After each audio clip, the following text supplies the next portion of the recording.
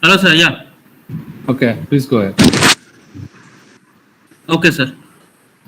Uh, so at the outset, I would like to express my sincere gratitude and thanks to the Honorable President, Professor Dhruv Mukhopadhyay, sir, and other council members of the Structural Geology and Tectonic Studies Group for gracing this online platform with their virtual presence. So, with the permission of the chair and as your host for today's evening, I would like to welcome Dr. Sadhana Mahato Chatterjee to deliver the monthly lecture of this month organized under the aegis of SDT SGI in association with Department of Geology, Banaras Hindu University, Varanasi. Welcome, ma'am. Thank you. Before I hand over the stage to Dr. Chatterjee, I'd like to provide a brief introduction about today's speaker, mainly for young students and other listeners across India who have joined us through our YouTube channel. So Dr. Chatterjee earned her BSc in 1999 and MSc in 2001 from Jadavpur University. She also did her MTech in 2003 and subsequently her PhD in 2007 from IIT Kharagpur. She also worked as a young scientist for a few months at Jadavpur University before joining as an assistant professor in 2009. And currently, Dr. Chatterjee is an associate professor in the Department of Geological Sciences, Jadavpur University. She has published many, approximately more than 15 international and national papers in journals of international and national repute. She has also guided 3 PhD students, and currently she is also working on the aspect of large-scale tectonics in Rajasthan. And just to mention, apart from this, she holds a black belt, and that is really surprising, that she holds a black belt 4th dan in Shotokan karate. So, means in her free time, she loves to practice karate. So now I would like to request Haldwani to present her talk on the Mid-Neoproterozoic tectonics of Northwestern India, new evidence and its implication. Haldwani, please. Thank you, Shandip. Good evening, everyone. Thank you for giving me the opportunity to share my research.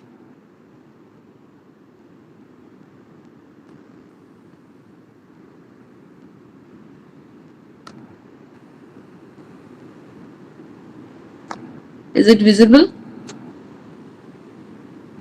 It's perfect. Yes, perfect, madam. Today I am going to present Mid-Proterozoic tectonics of Northwestern India, new evidence and its implication. This work I have done along with my PhD students.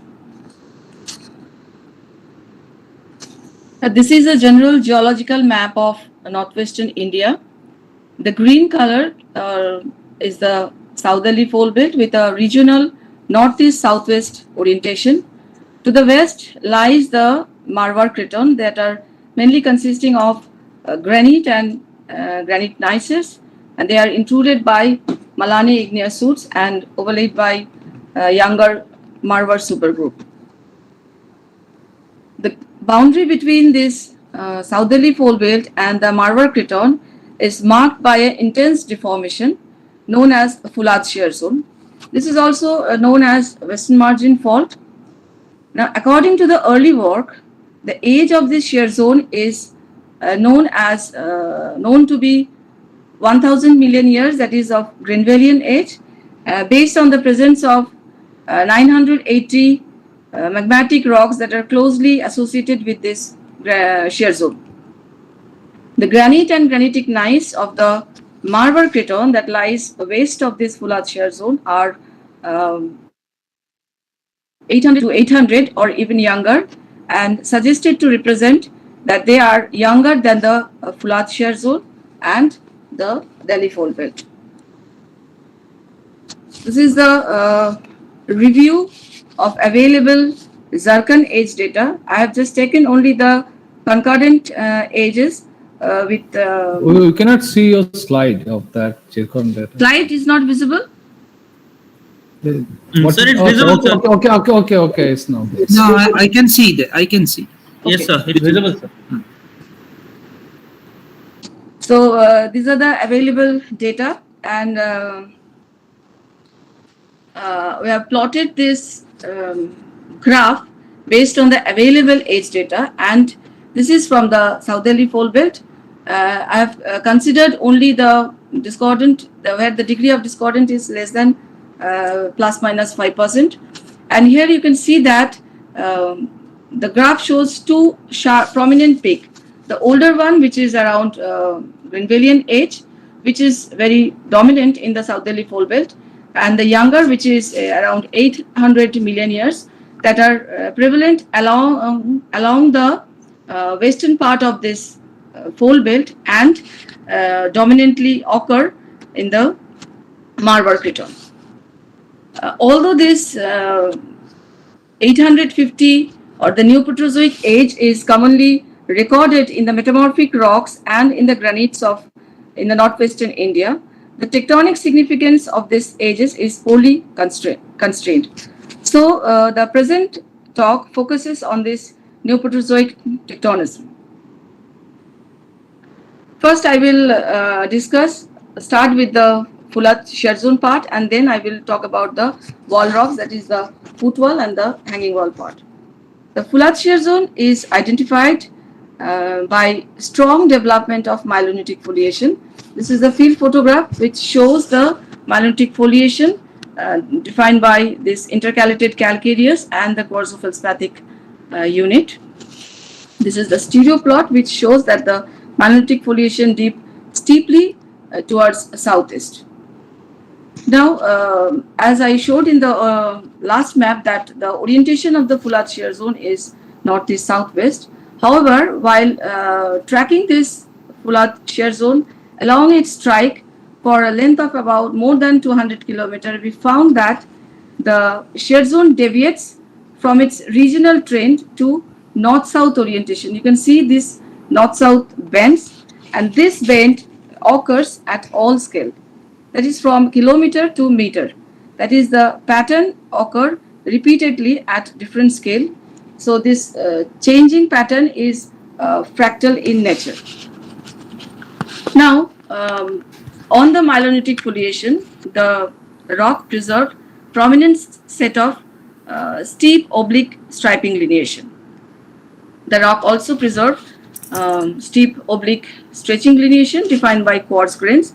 This stretching lineation and the striping lineations occur parallel to each other. The sheath folds, this is the field photograph where you can see that the hinge is strongly curved. The apical direction of these sheath folds are parallel to this lineation, and this sheath fold is very common in the Fulat shear zone part. Now, on the vertical section, which is perpendicular to foliation and parallel to the lineation, asymmetric mesoscopic structures suggest that top to the north-northwest reverse sense of movement. So based on that, the rock to the east, which is southerly fold belt, belongs to the hanging wall portion, and the rocks to the west, which is the Marwar Craton, they belongs to the foot wall unit. This is a schematic diagram showing the reverse sense of movement in the Fulat shear zone. And I note that the striping lineation or the stretching lineation are oblique, and because of this oblique reverse movement, there is a small component of sinistral on the horizontal side. Is opposite. This is a sinistral sense of movement. Now, syntectonic pegmatite vein along this shear zone is common, which shows pinch and swell structure. And this is a graph which shows the aspect ratio of the feldspar porphyroclast in the quartzo-felsic myenonites on the XZ and YZ section. This is that is kids that is component of compression across this shear zone. Now, coming to the structures of hanging wall part, that is to the east of that, the hanging wall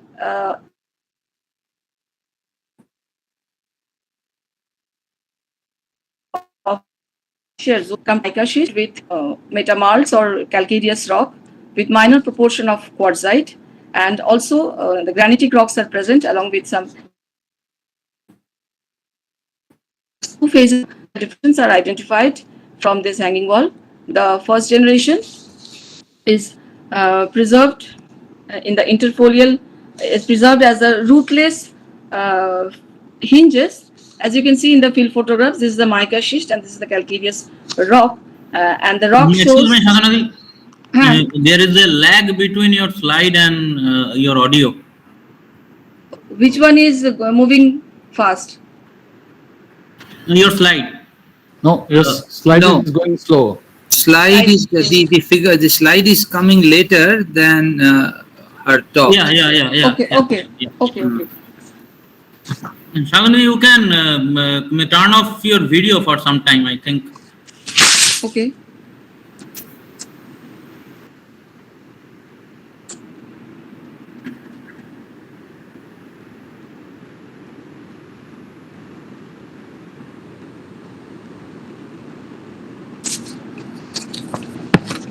Now, is it coming fast? Yeah. Okay. It is relatively faster. Yeah. As I said, there are two phases of ductile deformations are identified from this hanging wall unit. The first generation is preserved as rootless hinges, interfolial to the penetrative S1 cystosity. This is the mica schist rock and this is the calcareous rock. This S1 cystosity is isoclinally folded, giving rise to F2 folds.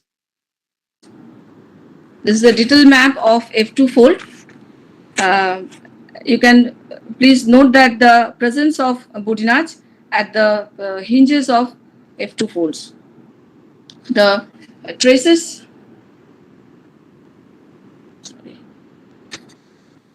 of the F2 folds are coplanar with the orientation of myelonitic foliations of the Fulat shear zone. This is a field photograph which the zoom part of this. You can see that the curved nature of the hinge depicting a sheath fold in large scale. So this is the schematic diagram which depicts the formation of F2 folds in the hanging wall part. Now, in the hanging wall part, the granite is also present. The granite in the hanging wall portion is medium grain and it's pink in color, and they are equigranular and observes a prominent set of foliation. This is the stereo plot of the data. Now, on the foliation, the rock preserves strong down dip stretching lineation marked by stretched amphibole grains, which is present in the granite. The aspect ratio on both the section XZ and YZ sections are measured, which shows stretching, suggesting a flattening type of deformation in the hanging wall granite also. So detailed structural studies suggest that the foliation in this granite, the myelonites in the Fulat shear zone and the F2 folds in the southerly fold belt has formed under the same stress regime, and they are broadly can be considered as a synchronous. Now coming to the metamorphic aspect, this granite petrographic study suggests that the granites of the southerly fold belt shows strongly deformed, and the igneous assemblage are replaced by secondary reaction rims. Here you can see the symplectite growth of quartz and epidote. This is followed by coronal growth of titanite. This is a pseudo BSc image, which is again followed by growth of garnet. This is a plane polarized light. Detailed study revealed that the metamorphic reaction took place in open system. So for the present study, the metamorphic or the petrological evolution history of the area was shown in the mica schist rock. The mica schist in the neighboring the Fulat shear zone, they are very strongly deformed and shows a prominent single set of deformation parallel to the myelonites of the Fulad shear zone. The mica schist in these regions are mineralogically diverse and can be grouped into three. In the one, that is the garnet, biotite, plagioclase, quartz, muscovite, K-feldspar, ilmenite. In the second group, the same mineralogy with the presence of sillimanite, and in the third, with the same and addition of kyanite and magnetite.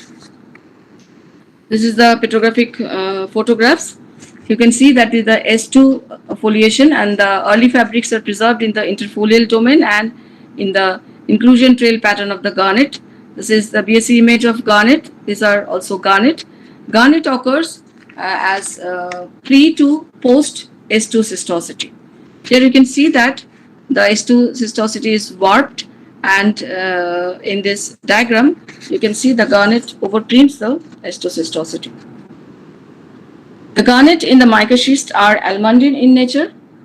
The garnet exhibits the compositional plot which shows rimward decrease in calcium and magnesium. And to know the metamorphic path, pressure temperature pseudosection in MN NCKF mass system was constructed using the perplex program of Connolly. The figure shows the stability field of different mineral assemblages in the given pressure temperature window. The darker shades corresponds to the low variance field, and this is the theoretically determined isoplates for the mole fractions of garnet. And since we have measured the composition of the zone garnet, the retrieve, which shows the path experienced by the rock. The retrieve pressure temperature path shows a near isothermal decompression at a pressure of about 8 to 6, which suggests a mid-crustal depth with a small segment of cooling.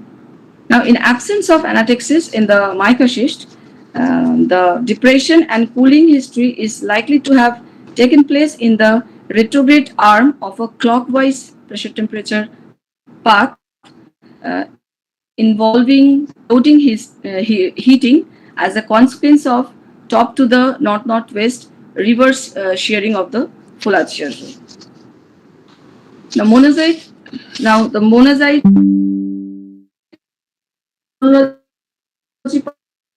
part, the externite, the mica schist. This is the garnet of BSc image, and the small dots, white portions, which is marked by numbers, they are the monazite grains. In situ chemical age determination of monazites were done by EPMA analysis. This is another photograph. The chemical ages. Sorry to interrupt, Sadhana, your audio is going faster with respect to your slide. Oh, Yes. okay. I'm going little slow. Yeah.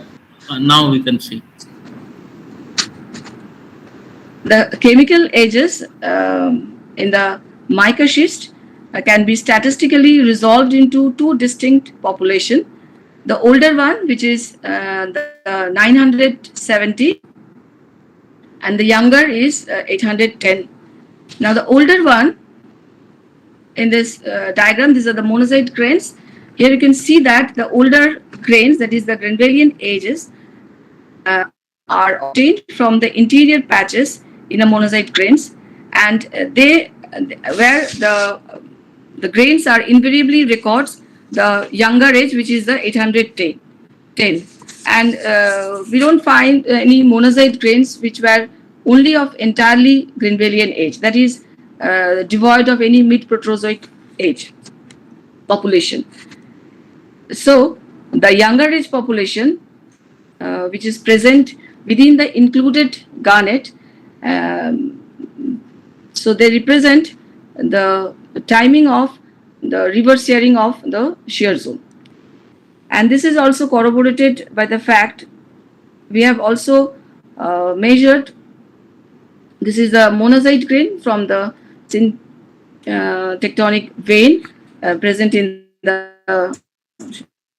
shear zone. Its conceptual age, which is 810.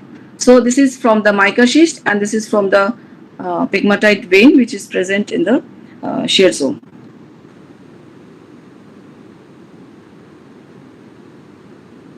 And also I measured Zircon grains from the hanging wall granite. The Zircon grains show magmatic oscillatory zoning, and the edges, which is from the magmatic. So in the Delhi fold belt, we have found two distinct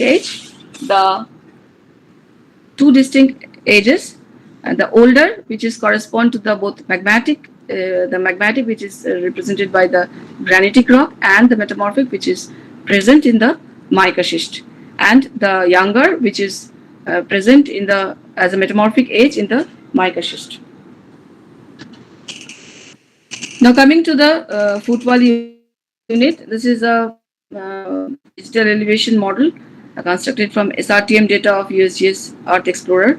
This is the Fulad shear zone, and this part is the Marwar Craton. They are mostly dominated by the granite and granite gneiss. This part mainly. In this portion, the granite is the most widespread rock, and the granite is porphyritic in nature. They are grey color shear zone. Since the Fulad shear zone has occurred in a transmission regime, so to emplace the granite, we need some evidence of dilation. And for that, as I already told, that the shear zone shows a component of sinistral movement on the horizontal section, and the PZ has regional northeast southwest trend with small bends of north-south orientation. Now the component of, this is a diagram which shows that the component of the sinistral movement causes a zone of dilation in the left stepping north-south bend of the shear zone. And in this north-south orientation, releasing bend, the extension is along east-west. The existing of this dilation is corroborated by the occurrence of north-south trending pegmatite, various scale. These are the pegmatitic bodies. You can see the orientation is strictly north-south. Now, if I summarize, this is the map. This is the orientation of Fulad shear zone. And the Fulad shear zone marked a sharp topography break, and the litho units of the Marwar Craton dominantly consist of granite and granite gneisses, and our fieldwork studies suggest that the megacrystic granite and the enclave rocks of the Marwar Craton are strictly restricted to the west of the Fulad shear zone, and they never intrude into the South Delhi fold belt. However, the Fulad granite, which is also a porphyritic granite, they intrude both the Marwar Craton and the South Delhi fold belt. Earlier, these two porphyritic granites were considered as a single granite and interpreted as post South Delhi granites. So the present study demonstrates that the two porphyritic granite preserve distinct field relations. They preserve different structural elements. This is a summary structural map of the study area.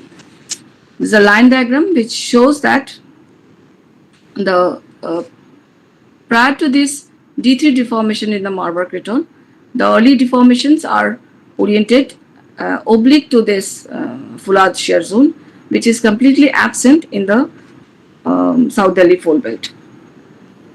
And this orientation is also obvious in the satellite image, which I have already showed you. This stereonate is the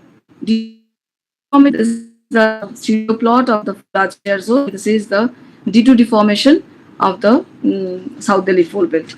And I have already explained that the D3 deformation of the Marwar Craton due to deformation of the southerly fold belt, and the myelonites are show similar attitude and geometry, and thus they can be broadly synchronous. And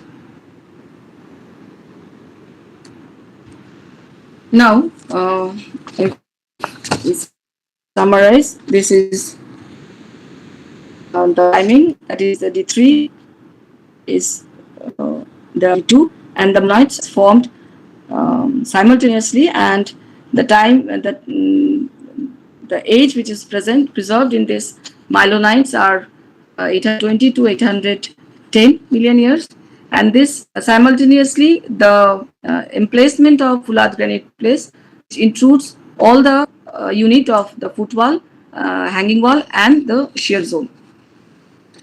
The geological study of the present work suggests an older age of 970 million years, which is preserved in the southerly fold belt. They show both magmatic and metamorphic event. And the Marwar Craton, they preserve the older age, which is the gneissic rock, which is 880, and the megacrystic granite, which is 850 of age. Now, from the present field relation and the structural study, it is revealed that the enclave gneiss, the megacrystic granite, and the Fulad granite are distinctly different.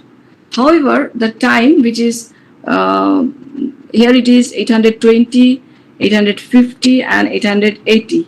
The time difference between these granites is within the error limit of the zircon ages.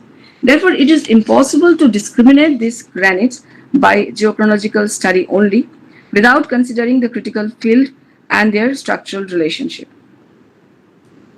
Now, based on this, considering the closely separated magmatic event in the present study, we have plotted the histogram of the previous works and our work, considering only the less than 1% discordant data.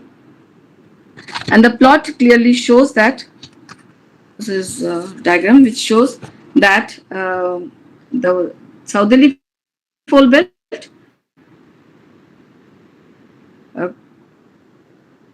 age is completely Marwar Craton, whereas Marwar Craton dominantly preserves the 850 and then 880 magmatic event, which is again completely absent in the southerly fold belt.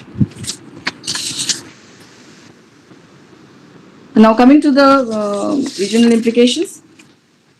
The position of India in paleogeographic reconstruction of Radinia supercontinent during the Mid-Proterozoic ages has been widely discussed and debated. The paleomagnetic study in the Malani igneous suit, which is of 770 million years old of northwest India, show, this is from Torsvik et al. 2001. This is the Malani igneous suit. They studied the paleomagnetic studies from this Malani igneous suit, and they suggest that they show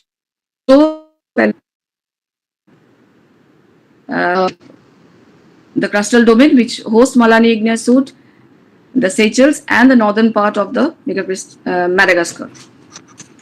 Now, they have proposed two models, that in one, if this Malani, if the paleomagnetic data of Malani igneous suit represents the Greater India landmass, then during Neoproterozoic time, the India was attached with Australia to the west of the Australia, and if this Malani igneous suit was a separate unit, the rest of the India was attached with the Antarctica. The present work suggests that the Marwar Craton and the Delhi fold belt show discrete or separately evolved feature, and they show contiguous features from 820. So,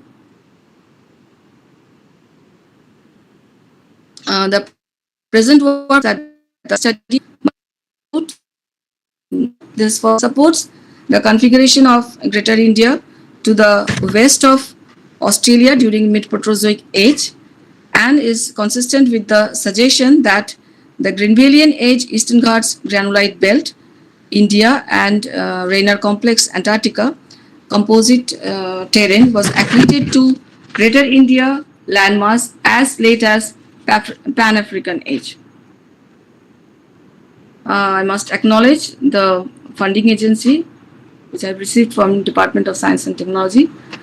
Special thanks to Professor Sudipta Sengupta for her continuous encouragement at different stages of the work. Thank you.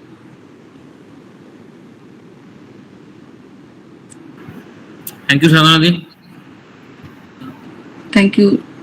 Sir, now the session is open for discussion. Discussion, yes.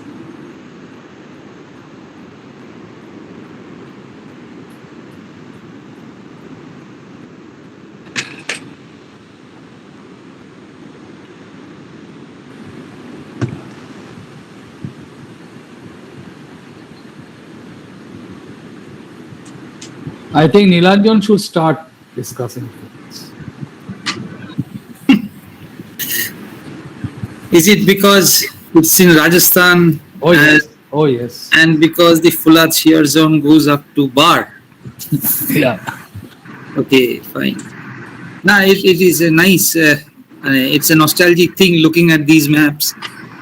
Haven't been to that place for quite a long time now, and I heard Sadhana's lecture in RDS II. It was very nice. A part of it was dealt with there. The Fulad granite, I think. Yes. Yes. She has presented a bigger picture. I really have no queries right now, but it's fascinating talk. Thank you, Sadhana. Thank you, Nilanjan. The only problem, I think you have a problem with the net connection over there. Or is it my problem with my net connection? I don't understand, because the words were coming in, I mean, in pieces, and the figures were following. I'm not, I could not hear anything. I think Abhinavada has some query. Abhinavada, Hi. please go ahead. Yeah. Hi, Sadhana. Hello. Could you hear me? Yes, yes. Yeah. Thank you for the voluminous informations. Thank you. This 850 or around that the date you have given, this is post-Rodinian and pre-Pan-African. At the Yes. same time, it is a compressional tectonic, as I believe from the features. Yes. So, do you find such events of compressional tectonic between two cratons? You have referred southerly fold belt is one part, the main part of India, and Marwar craton, they have been accreted along Fulad shear zone.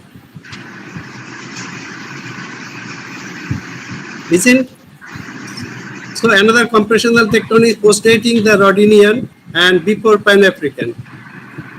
It's not a breaking up of the Rodinian. No. And this granite you have shown, as I could see, that you are showing that shear movement both in the horizontal plane as well as in the vertical section. Is it an oblique slip movement? Yes. And it's a triclinic transgression? Yeah, it's an oblique slip. I think you have to just reconsider whether this is a transgressional regime with a triclinic symmetry. That's the point. We have not exactly calculated this nature of this transgression. It seems that it will be triclinic, but we have not worked on that aspect. The feldspar,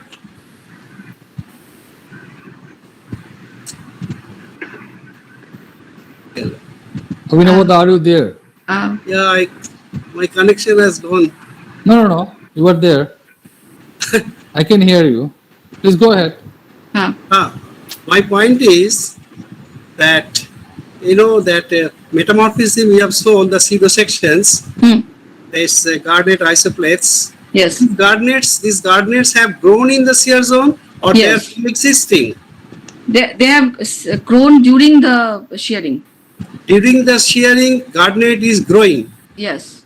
This is very interesting Very because interesting. in a Yes. shear zone, to grow a mineral like garnet is difficult. Yeah. Rather, the garnet can break down or can give rise to the coronoid structures like this. That is a decompression path. But question is the prograde path, garnet growth in the shear zone, it's a new find.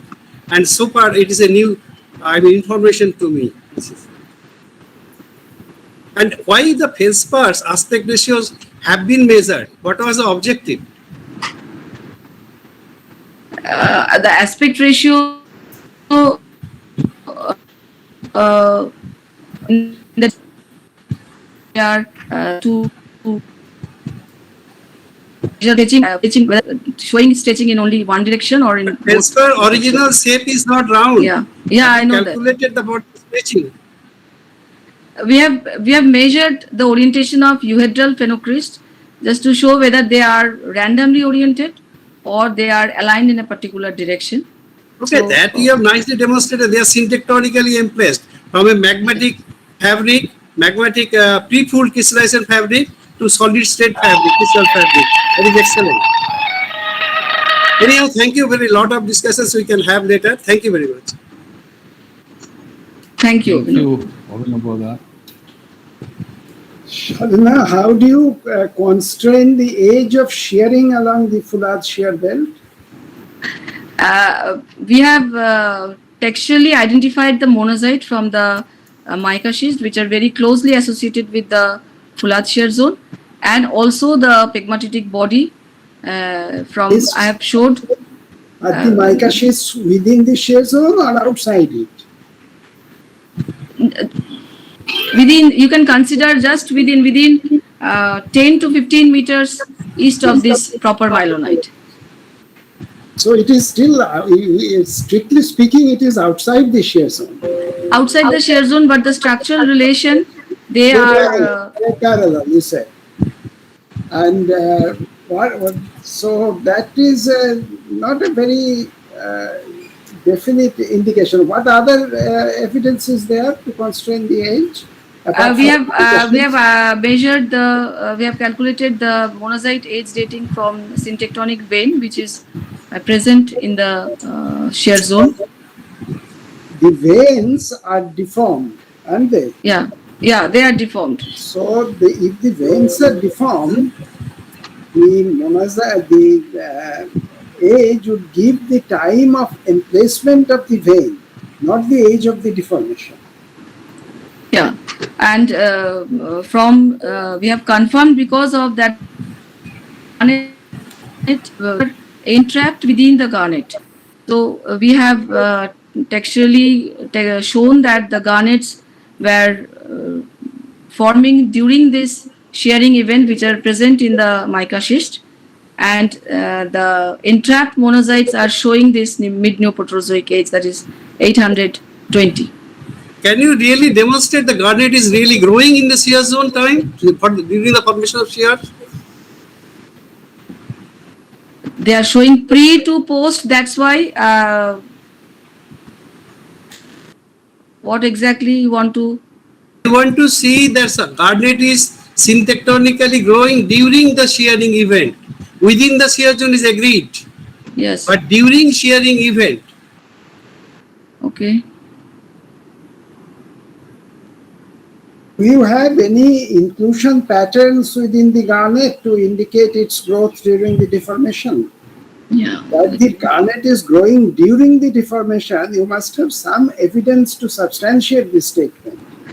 Sin growth is obviously always. See this.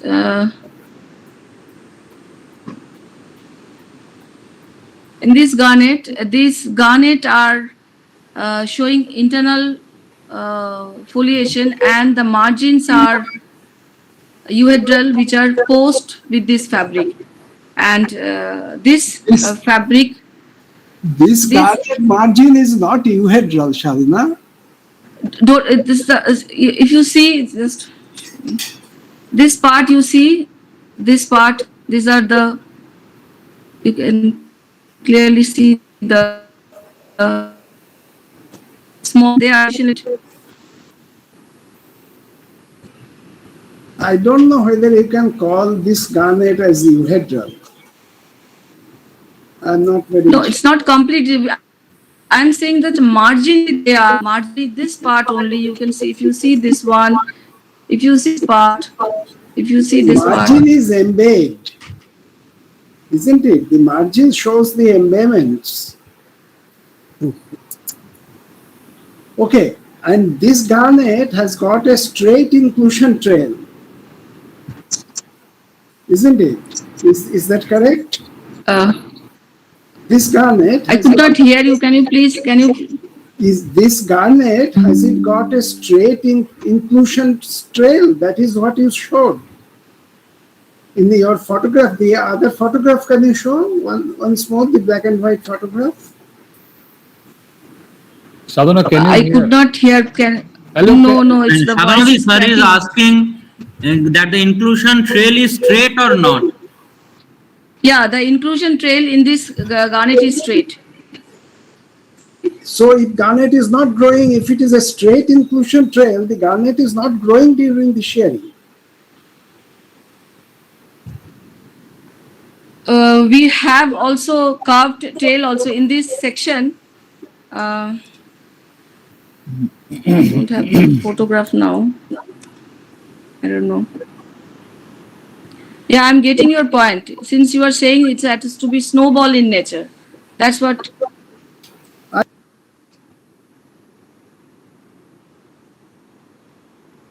Hello, Sadhana, Hello. are you there? Yeah.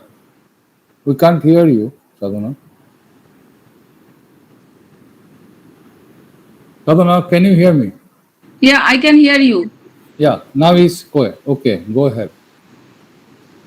Sir, are you there? Yes, we'll discuss it later. Okay.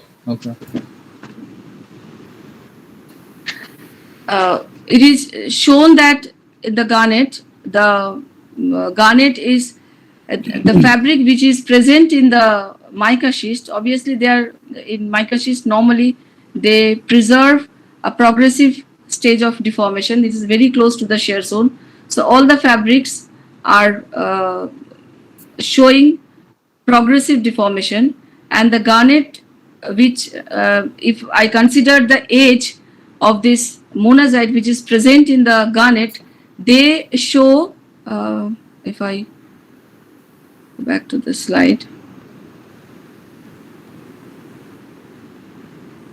see we have along this cystosity, the monazites are also aligned, and the monazites which we are dated that are included in the garnet, they show two distinct ages. One is which is the older, and another is the younger. So based on that, we have concluded, as you can see, that the interior portions are the older age, and all the grains which are included in the garnet and also the outside the matrix, they are showing this 810. And since the garnet is showing pre and post, so we are considering that the garnet grew during this thrusting event. So the age of this shearing is 810. Based on that, I have concluded this. I will. Am I audible? Yes, you are audible.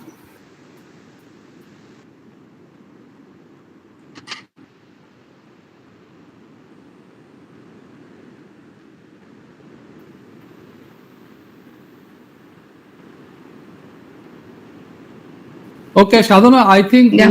we can discuss it in details later as well. Maybe many other listener have more queries. Let us hear them as well.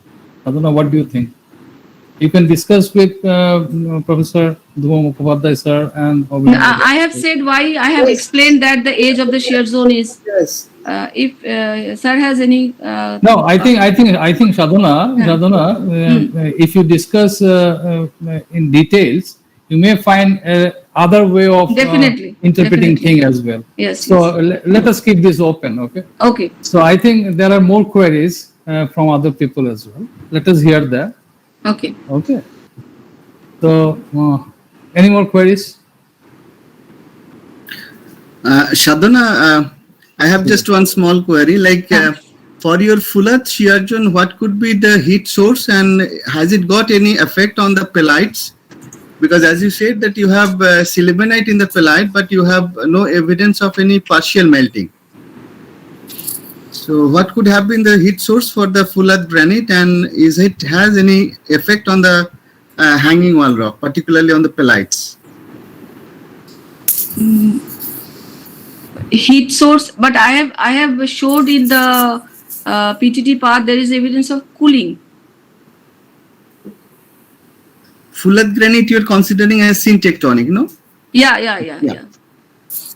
That may be possibly, I don't know, maybe of the subduction, because it's a thrusting, and maybe because of the subduction of this or the source of this Fulat granite, I don't know. Could be the footwall part. No idea.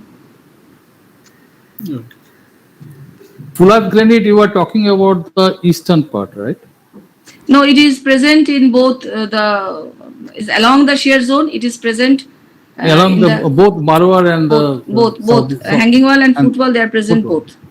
That is But really, what are the source in of fact, this granite?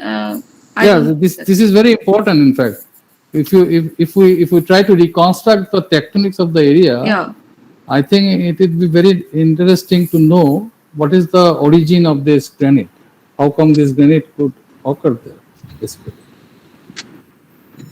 In fact, any more queries from other people? I have done. Yeah, you have already done considerable work. I mean, that is voluminous. Yeah. I'm very impressed with the film photograph and the intensity of mapping that they have done. Yes. They are very good. Right.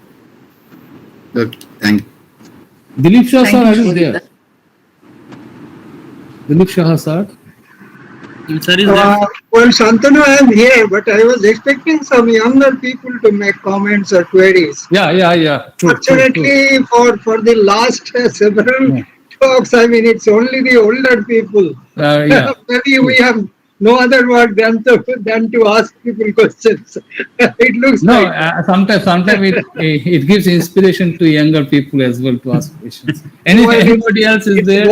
It's you see, when we started this talk 2 years back, I mean, we encourage younger people to speak out, and that was one of the reasons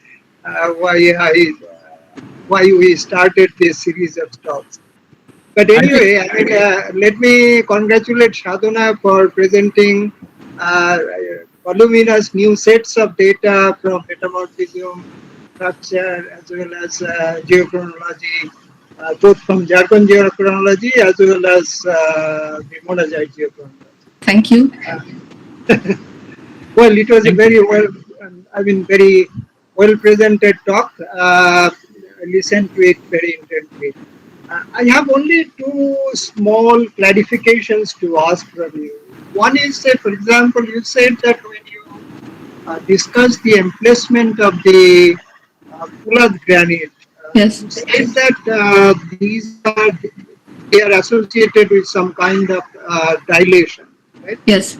And you tried to explain the dilation by considering left lateral shear on the horizontal head, right? Yes. And if you look at the overall architecture of the Fulat shear zone, this has many jogs in it. I mean, Yes. they are carved at many places. So is it they are the sort of dilational jogs, or it is a component of extension due to the sinistral shear? They are the dilational jogs within this overall compressional regime. So then you don't need a sinistral component of shear on the horizontal plane? No, without sinistral component, this jogs has formed because of this sinistral component along with this oblique slip movement. So you mean to say that then I would have expected your, say for example, your extension is, if it is a sinistral horizontal shear, your extension is say north-northeast, south-southwest. So is it not so? No. Pardon? What sir is saying? Please say it again. Okay. Sir, can you repeat it again? Well, actually, if you have a sinistral shear, then your finite extension is north-northeast component.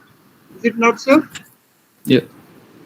Then the granite bodies would be perpendicular to that. The opening would be perpendicular to that. Yes. Yeah, that is what we are not seeing on your maps. The opening is along east-west.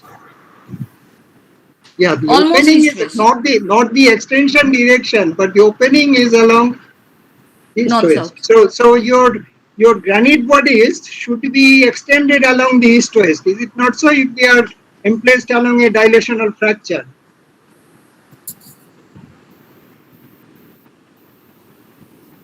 This is something I could not reconcile by your presentation. This is one. Second thing is, say for example, I don't exactly remember which one it is. Is it the Marwar or the Fulad itself?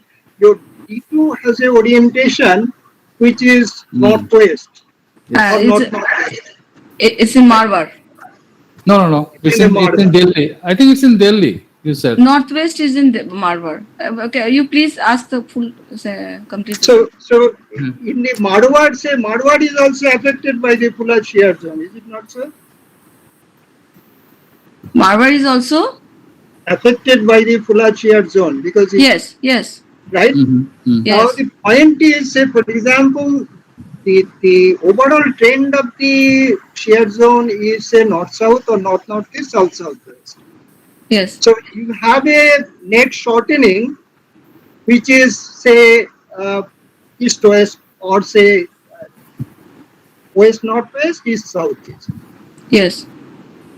Now your D2 orientation is somehow the northwesterly trend within the Marwar. So is it prior to the development of the Fulad shear zone, or it has some link with the Fulad shear zone as well? Can you please repeat the last sentence? I just heard till the compression direction northwest south. Then Yeah. So the net shortening direction is say for the Fulad shear zone is say east-west or west-northwest, east-southeast. Did you follow me? Did you hear what I said? Sadhana, do you hear, sir? Shantanu, can you please? Your voice is coming properly. Okay. So what sir is saying that your compression is along east-west, right? In approximately with respect to the shear zone. Not. So how do you get this fold that you showed in the Marwar, for example, which is oblique to that? This is correct, sir? That is completely different.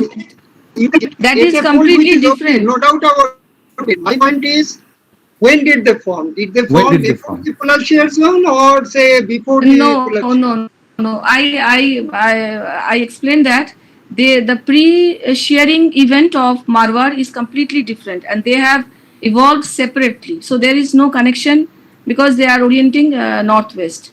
After that I am saying their Marwar and the Delhi fold belt was evolved separately during suturing. During the Fulad shear zone, the deformation was common, and the deformation which is D2 deformation in the Marwar, they all have notion with the Delhi fold belt. Okay.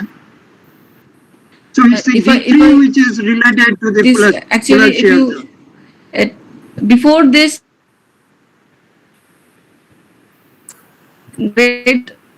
the event in the Marwar Creton and the events in the southerly fold belt, both the deformation, the magmatism are completely different.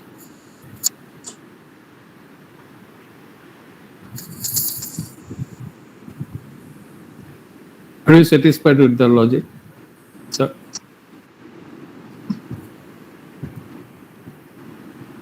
Hello, Uh, sir. Are you there? Yes. Yes. Do you have other queries? No, it's okay. I mean, I had a small, and just a comment. Say, for example, you have been showing aspect ratios of the stretching lineation for the fuller shear zone and other things. For example, I mean, you have to be a little careful when you are doing the aspect ratio in stretch material because they may not represent a single original marker. In my experience, stretching lineation is a composite. I mean, it's not just a single marker that has stretched to that extent, what we see in the output. So one has to be very careful while, say, measuring the aspect ratio of what we call the stretching lineation, especially in myelonites. okay. Okay, thank you. Thank you, sir. Thank you, Dilip sir. I can. Sadhana di, Yeah. Yeah. sir. Bolo. Oh, Go ahead. Sadhana di, means I also have a query. The first thing is I would like to know the nature of occurrence of the fuller shear zone, whether it is continuous completely or it is discontinuous. Of?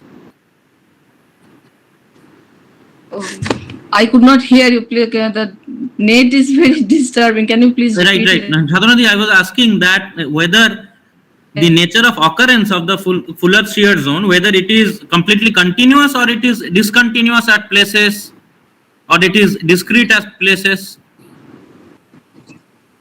No, it's a continuous. Okay. And the second query is that that you just showed that there is no considerable time gap between the three granites. There is a time gap of around 20 or 30 million years, but there is, Yes. like you were saying, that it is well within the range of the error limits. Yes. So is it anyhow possible, it is just means a query out of curiosity, that these granites are more or less obviously contemporaneous from the age determination that you have done or from the earlier age determination that you have compared? Is it anyhow possible, because there is a distinct deformation, means difference in the deformation in the hanging wall and in the foot wall, that is it possible that fuller granite itself act as the localized unit, means where the shear zone localized? Is it possible that a shear zone itself localized within the fuller granite, and it is not No, not only. present in the hanging wall or in the foot No, wall it's side? present. It is there. It's there in the calcareous rock. It is there in the other rocks also. It's there. Okay, And means in the foot wall and as well as in the hanging wall. Yes, it is there. Because in the footwall also the porphyritic granite which are showing very large class, they are also drawn, remobilized, and they are very strongly myelonitized. Ultramyelonite varieties are there. So Okay. they are affected. So the thickness of the shear zone is around 10 kilometer or 5 kilometer, something you were mentioning at some. Big, wide. Thickness. The width is not that much. Okay.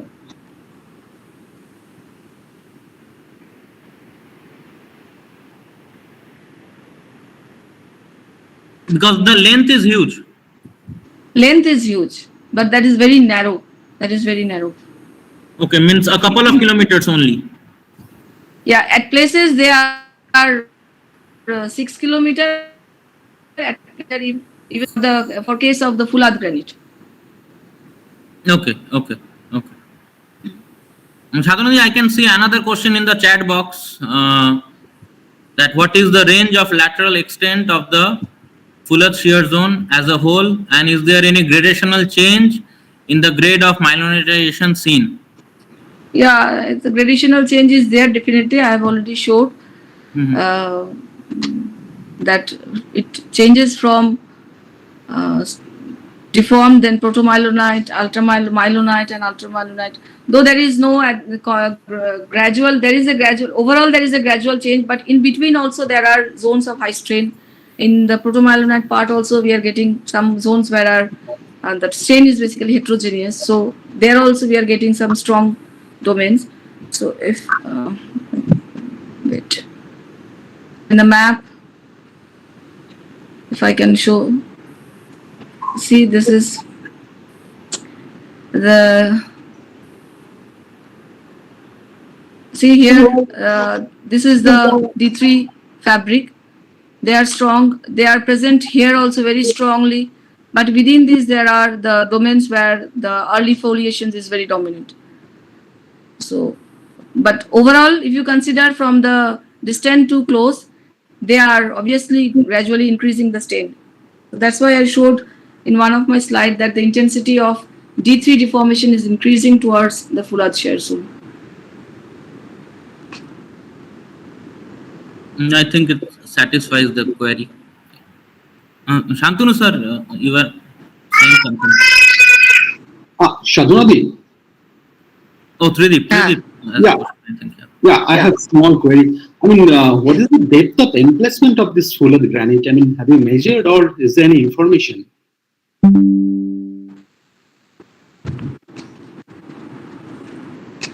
The depth which we got is around mid-crustal depth. It's around mid-crustal. I mean, can you tell me in kilometers? 6 to 8 kilobar pressure that we found. Okay, 6 to 8 kilobar pressure. So that you consider the depth of emplacement, right? Yes. Okay, thank you.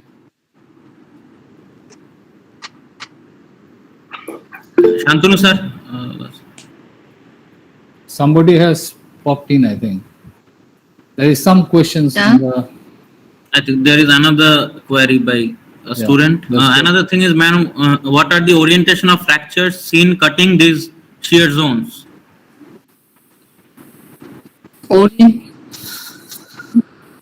Fractures. There are many brittle features that I have not worked on that. Fractures are present, but I have till now I have worked on the ductile phase only. There are many brittle features, semi-brittle features, but I have not worked on that part aspect. Okay. Shantanu sir. No, if anybody has any queries, please go ahead. As Professor Dilip Shah said, I'm looking for young people to talk about. Yes. Dilip has anything to say? No, sir. Okay. I can see here Upama is there. Do you have any query, Upama? Not exactly, Shantanu. Thank you for asking. Okay.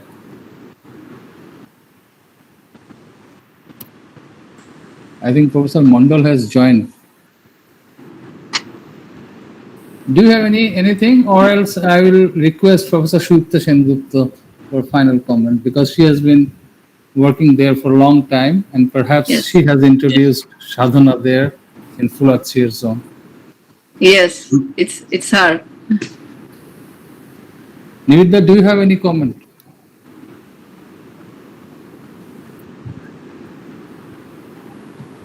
I think he's not. Unfortunately, I missed the major part of this talk.